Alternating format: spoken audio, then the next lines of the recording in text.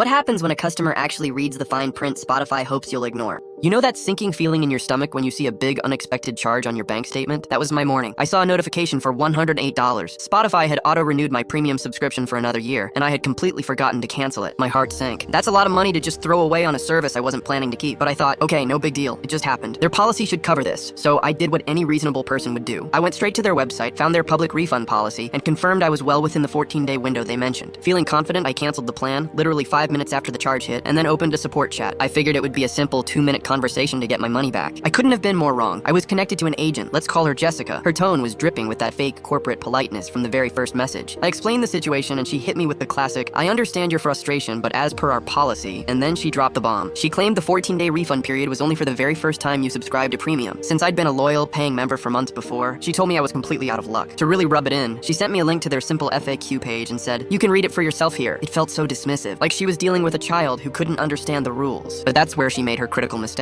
She challenged me to read. Okay, Jessica, challenge accepted. I told her I would do exactly that. I clicked her link, read the basic policy, and then I kept digging. I went from the FAQ to the site map, and finally, I found the treasure. Their full, legally binding terms of use document. The dense, boring document that their actual lawyers wrote, and that they assume no one will ever read. And there it was. Section 3, under the title Withdrawal Right. It stated, clear as day that a user has 14 days after your purchase to withdraw for any reason. A yearly renewal is, by definition, a new purchase. I knew I had them. I went back to the chat feeling a surge of adrenaline. I was polite but firm. I pasted the exact quote from their own legal terms. The chat bubble just sat there for a solid minute. Then Jessica came back with, one moment while I check with my team. The wait was agonizing. 5 minutes later, she returned with the most infuriating response. My team has confirmed our initial stance. We cannot process a refund for a renewal. They were just blatantly ignoring their own contract, hoping I would get tired and give up. My patience was gone. I was done being treated like an idiot they could just brush off with a scripted line. I realized they weren't going to listen to logic or even their own legal terms. They were a corporate wall, and they were only going to respond to something that sounded like a real threat. So I took a deep breath and typed out my final move, my checkmate. I sent this message. Since this dispute is specifically about the legal interpretation of the withdrawal right in your official terms of use, could you please provide the contact information for Spotify's legal department or the appropriate office for handling formal contractual disputes? The change in tone was like flipping a switch. It was instant. The corporate script vanished. The fake politeness was gone. Suddenly, Jessica was incredibly helpful. No more, I'm sorry, but instead it was, let me see what I can do for you. The 5-minute wait this time felt different. It was the silence of panic on their end, not dismissal. She came back. Good news! I spoke with our backstage team, and as a one-time courtesy, we can go ahead and process that refund for you. A courtesy? No, Jessica. It was my right. They folded like a cheap suit because they knew I had them cornered and was not backing down. Their entire business model relies on you getting tired, frustrated, and giving up. They count on you not reading the fine print. Don't let them. Your rights are written down for a reason. Sometimes you just have to be willing to call their bluff. Be honest, would you have done the same?